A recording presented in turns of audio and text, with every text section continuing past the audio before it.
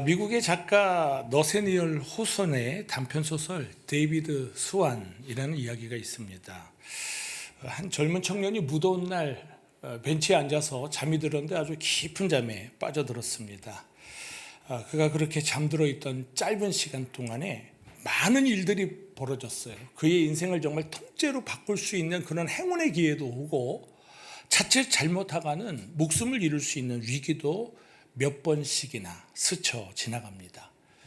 자신이 없던 상당히 큰 부자 사장님이 아내와 함께 길을 가다가 이 청년이 잠든 모습을 보고 야, 이 참 청년 듬직하게 생겼다. 내가 자식이 없는데 이런 아들이 있으면 얼마나 좋을까. 양자를 삼을까? 아내하고 막 얘기를 하는데 깊은 잠에 빠져 있죠. 그냥 지나갔습니다. 또 엄청나게 아름다운 여인이 지나가다가 그 잠든 모습이 얼마나 사랑스러웠던지 정말 마음이 활짝 열려서 이런 사람이랑 한번 같이 살아보는 것도 좋지 않을까 하다가 또 그냥 지나갔어요.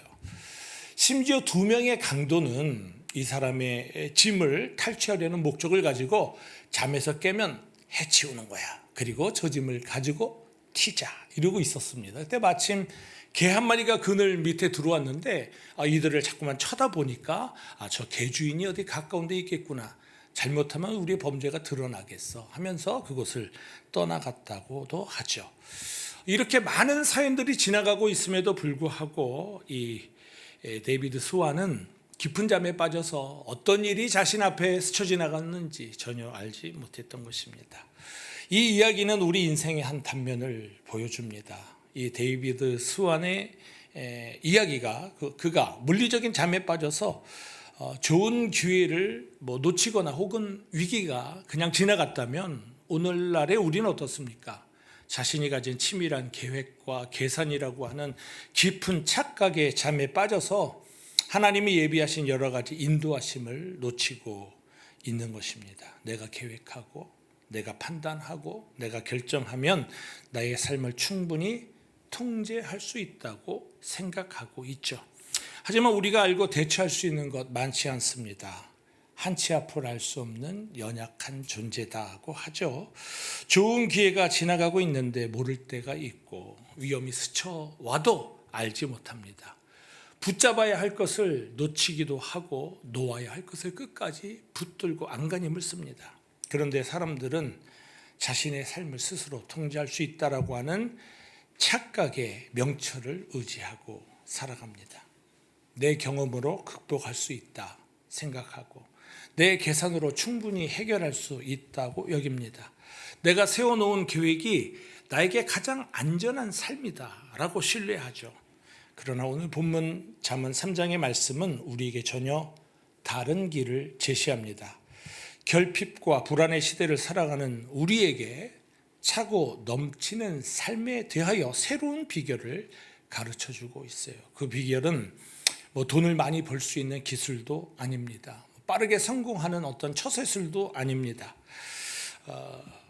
그 비밀은 내 인생을 내 손으로 더욱 단단하게 움켜쥐게 하지도 않습니다. 그저 하나님을 신뢰하고 인정하고 경외하고 공경하는 삶을 말하고 있습니다. 우리가 이 길을 걸어갈 때 하나님은 우리의 길을 지도해 주실 것입니다. 우리의 몸과 영혼을 회복시켜서 마침내 우리의 창고가 하나님으로 가득하고 은혜로 가득하고 포도즙 틀에 새 포도즙이 넘쳐나는 기쁨으로 채워주실 것입니다. 첫째로 차고 넘치는 삶은 먼저 내 명철을 내려놓아야 돼요. 그리고 하나님을 신뢰할 때 시작됩니다. 본문 5절 말씀은 너는 마음을 다하여 여호와를 신뢰하고 내 명철을 의지하지 말라고 전했습니다. 신뢰의 대상을 바꿔라 하는 말씀이에요. 사람은 본능적으로 자기를 의지합니다. 내 지식을 의지하고 내 경험과 판단과 계산을 붙들고 살아갑니다. 물론 지혜롭게 생각하고 계획하는 일은 분명히 우리의 삶에 절대적으로 필요합니다. 그런데 문제는 내 명철이 하나님의 뜻보다 더 앞서려 할 때가 문제죠. 내 계산이 하나님의 말씀보다 앞서고 내 경험이 하나님의 인도하심을 밀어내려 할 때 신앙이 흔들립니다.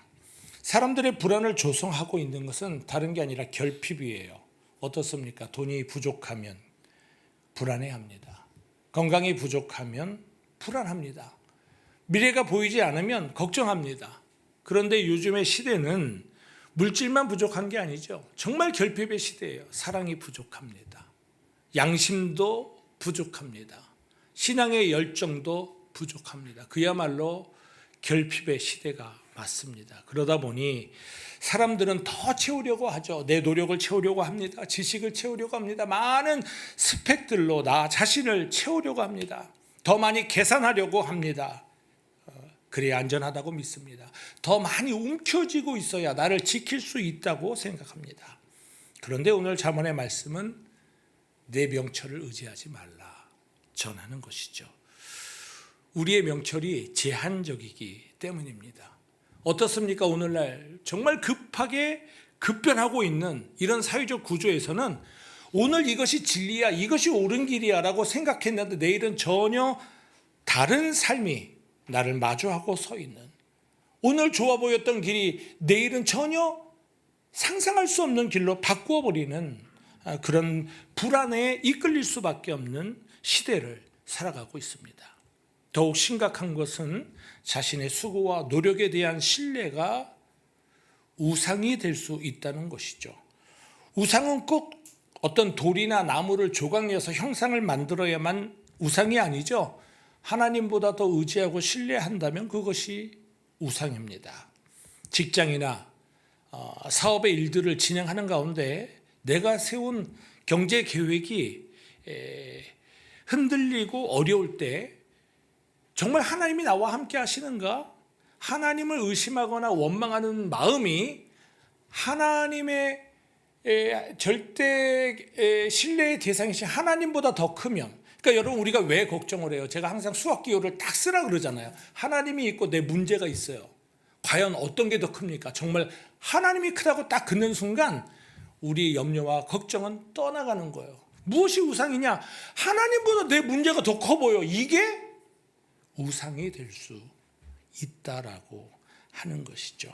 그래서 우리는 내 명철이라고 하는 내 판단력, 이 우상을 내려놓고 내가 다 알아야 안심했던 그런 삶의 모습에서 벗어나서 내가 무엇인가 다 통제할 수 있다라고 하는 어리석음에서 벗어나야 된다라고 하는 거예요. 여러분 가끔 보면 우리 예전에 서커스 많이 봤는데 요즘은 서커스 좀 흔하진 않지만 공중고기 하는 거 다 봤죠. 그네를 탁 잡고 탁 그네질을 하다가 손을 탁 넣고 상대방 손을 잡고 넘어가죠. 그런데 여러분 난 이 손을 놓으면 난 큰일 날지도 몰라. 나 크게 다칠 수도 있고 목숨을 잃을 수도 있어 하고 이게 손을 끝까지 놓지 않으면 상대방의 손을 붙들 수가 없어요. 내 생각과 내 판단과 내가 계획하던 걸 놓지 않으면 나를 향하여 내밀고 계신 주님의 손을 붙들지 못하는 거예요. 항상 내 생각과 판단, 내 계획, 이 명철을 의지하지 말고 이 명철을 내려놓고 온전히 문제보다 크신 하나님을 신뢰하여 살아가는 우리 새생명 가족들이 다 되시기를 예수의 이름으로 축원합니다. 믿음은요, 하나님 제가 이런 일을 하려고 합니다. 하나님 저와 함께 해주세요 하면서 하나님 앞에 승낙받고 행하는 것이 아닙니다.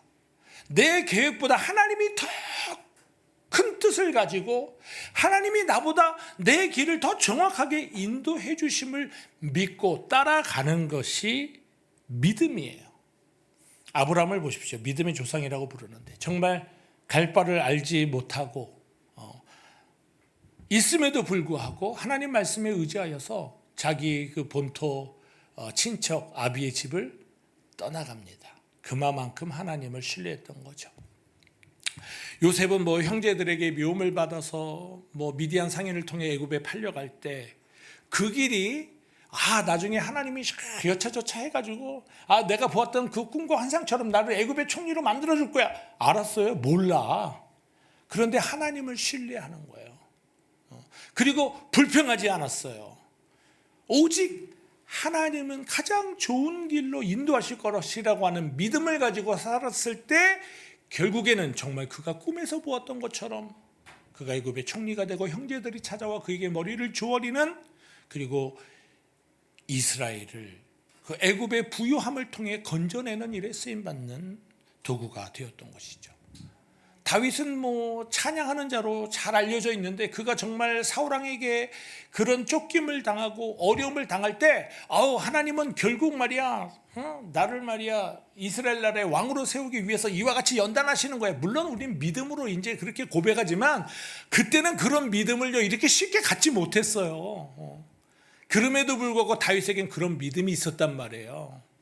그리고 그가 하나님을 여전히 찬양하는 자리에 오죽하면 블레셋 왕 앞에서 미친 척하면서 벽을 긁으면서 부른 찬양도 있잖아. 그런 찬양의 삶을 살 수가 있었던 것이죠. 사도 바울이 가려고 하는 길을 아시아로 향하고자 할 때 하나님이 막으셨단 말이에요. 그런데 그 막은 것을 통하여서 유럽으로 선교의 문이 열리게 될 것을 사울은 알지 못했어요. 사도 바울은 알지 못했어요.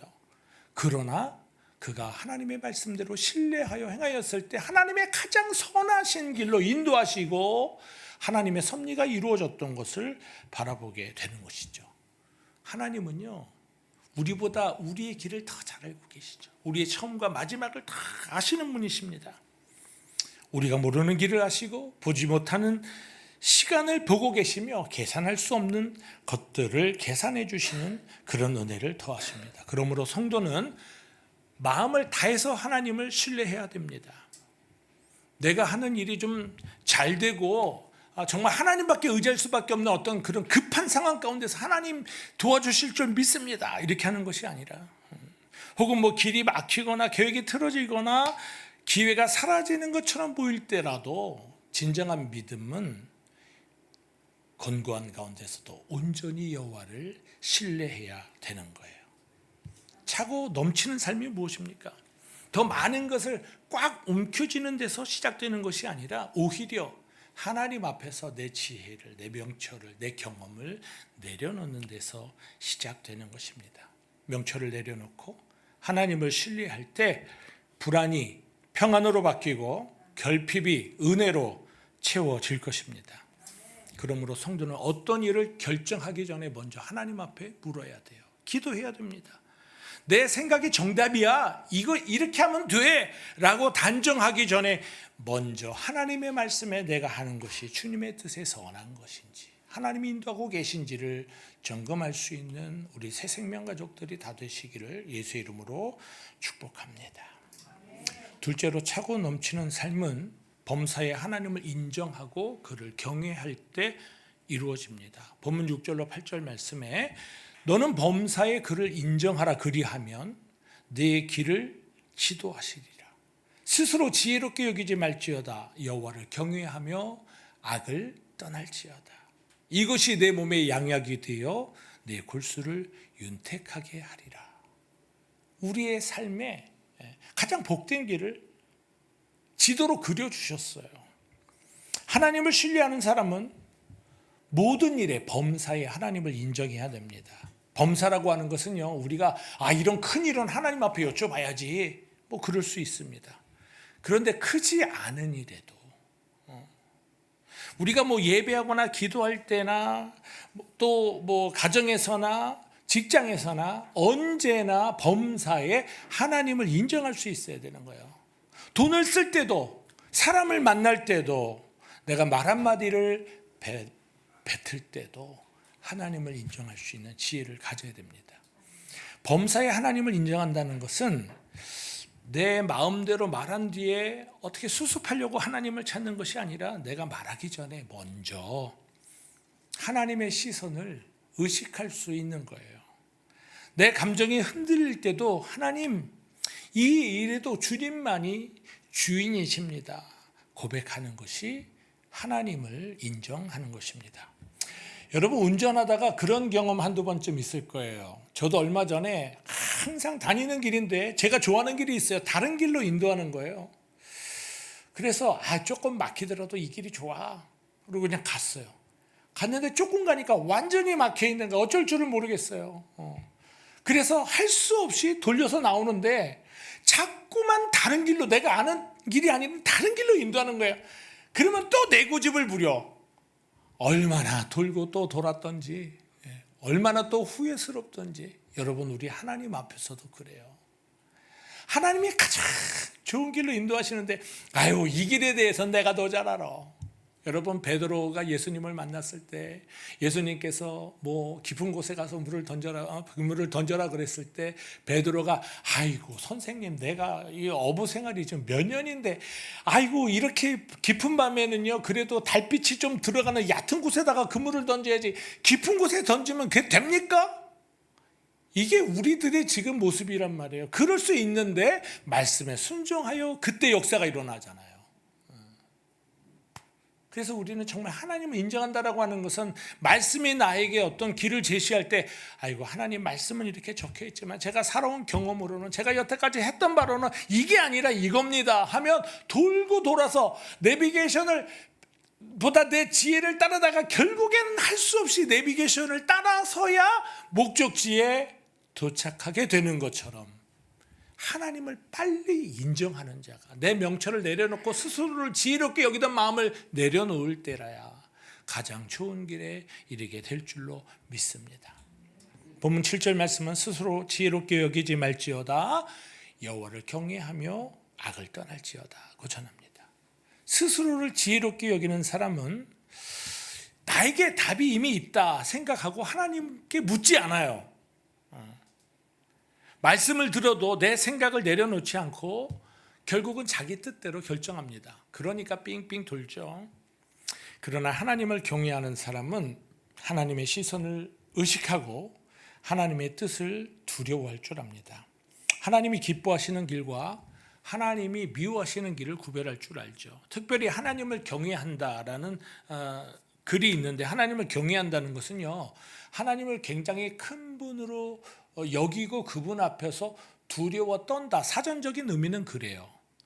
그런데 그것이 막 하나님이 두려워서 악에서 떠나고 하나님이 두려워서 하나님 말씀에 순종하고 하나님을 경외한다라고 하는 것은 두려워서 순종하는 것이 아닙니다.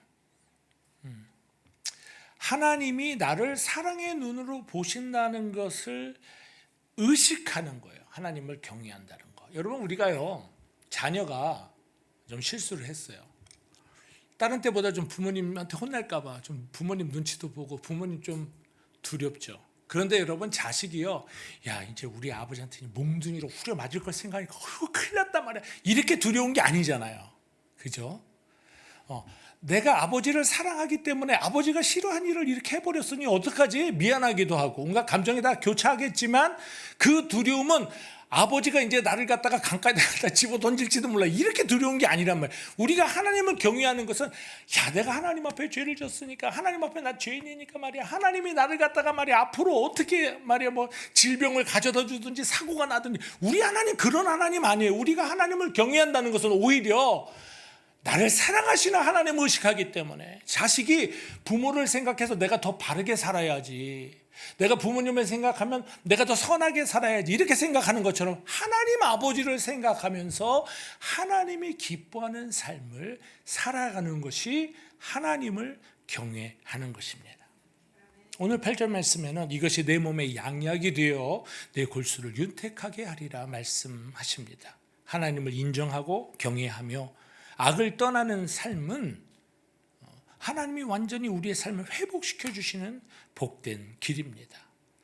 죄는 사람을 악하게 하고 욕심은 마음을 병들게 하고 불안은 뼛속까지 우리를 메마르게 하지만 하나님을 경외하는 삶은 우리 안에 평안으로 채워주시고 맑은 양식으로 채워 영혼을 윤택하게 해주십니다. 아버지가 길을 가다가 큰 돌을 보고 아이한테 야, 저 돌을 좀 옮겨야 되겠다는 숙제를 줬어요. 그리고 잠시 다른 일을 보고 왔는데 아이가 아직도 땀을 뻘뻘 흘리면서 낑낑거리는데 바위를 얼마 못 옮겨놨어. 그래서 너 오늘 뭐 이거 바위 좀 치워놓으라 했더니 뭐 별로 못했구나. 그때 아유 아버지 말도 마세요. 얼마나 무거운지 땀을 뻘뻘 저는 할 만큼 했어요. 그러면 너 최선을 다한 게 맞으니까 아유 그럼요 제가 할 수 있는 만큼 했다니까요. 그랬더니 아버지가 하는 한마디가 넌 최선을 다하지 않았어. 왜? 얘 아빠한테 도움을 요청하지 않았지 않니? 여러분 우리 가끔 그런 얘기합니다. 하나님 저 힘을 다 했습니다. 저 최선을 다해서 살았습니다. 그런데 성도의 최선은 내가 어떻게든 해보려는 것이 아니라 하나님 아버지, 저는 죄인입니다. 저는 연약합니다. 저는 할 수 없습니다. 하나님의 도움이 간절합니다. 주여 나와 함께하여 주옵소서. 하나님 앞에 도움을 요청하는 것까지가 성도의 삶에 최선을 다하는 거예요. 하나님 의지하지 않고 내가 막 몸부림치면 나 정말 열심히 살았어.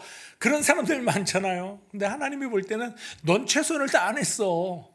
너 나한테 구하지도 않았잖아. 너 그냥 스쳐 지나가는 말만 했잖아. 이렇게 생각하고 계시는 것입니다. 이제 우리는 정말 하나님을 온전히 인정할 수 있어야 됩니다. 하나님을 경외하고 악에서 떠나야 합니다. 그때 하나님께서 우리 길을 지도해 주시고 우리의 몸과 영을 회복시켜서 골수까지 윤택하게 하는 은혜로 더하여 주실 줄 믿습니다. 셋째로, 차고 넘치는 삶은 첫 열매로 하나님을 공경하는 데 있습니다. 본문 9절 말씀해 보니까 내 재물과 내 소산물의 처음 익은 열매로 여호와를 공경하라고 전합니다. 하나님을 신뢰하고 인정하고 경외하는 삶은 구체적으로 하나님을 공경하는 행동이 나타납니다. 믿음은 마음의 고백에서 끝나지 않습니다. 삶의 우선순위로 나타납니다. 내가 내 삶에 무엇을 가장 우선순위로 두고 있는가? 가장 우선하는 그것이 내가 가장 사랑하는 거예요.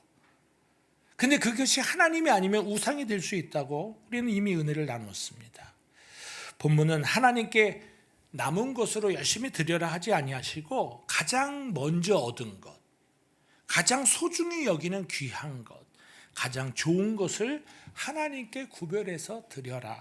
하나님을 공경해라. 이렇게 가르치고 있죠. 옛날에 어느 농부가 소를 키우는데 이 소가 쌍둥이 송아지를 낳았어요. 경사가 났습니다. 너무 좋아가지고 가까운 교회 목사님을 찾아가서 고백했습니다. 목사님, 우리 집 소가 이쁜 송아지 2마리를 낳았어요. 그 중에 한 마리는 하나님께 드리려고요. 했단 말이에요. 근데 며칠이 지나서 이 2마리 중에 한 마리가 죽었어요. 풀이 죽어서 목사님을 찾아와서 하는 말이, 목사님 어떻게 하면 좋아요? 하나님께 드리려던 송아지가 죽었어요. 사실 남 이야기가 아닙니다. 우리도 나도 모르게 이런 마음을 가지고 있죠. 내가 누릴 것 다 누리고 나서 남는 시간에 하나님을 예배하겠다고 하고, 내가 쓸 것 다 쓰고 남는 것으로 하나님께 드리려 할 때가 있습니다. 그런데 성경은 처음 익은 열매로 가장 좋은 것으로 여호와를 공경하라고 전하는 거예요. 처음 것을 드린다는 것은 하나님을 내 삶의 첫 번째 순위로 두라는 뜻입니다. 하루의 첫 시간을 하나님께 드려야 되는 거예요. 수입의 첫 열매만 아니라 중요한 선택의 첫 번째 자리를 하나님으로 모시어 드리는 것입니다. 첫 열매는 단순히 물질만을 뜻하지 않습니다. 우리의 첫 마음, 귀한 시간의 그 처음 시간, 중요한 선택의 첫 번째 자리에 하나님을 모시는 거예요. 세상은 어떻습니까? 좋은 일 하는 것도 중요하고, 효도하는 것도 중요하고, 열심히 일하는 것도 중요한데 내가 먼저야. 요즘 그거 많이 세상 속에 젖어 있는 생각이에요.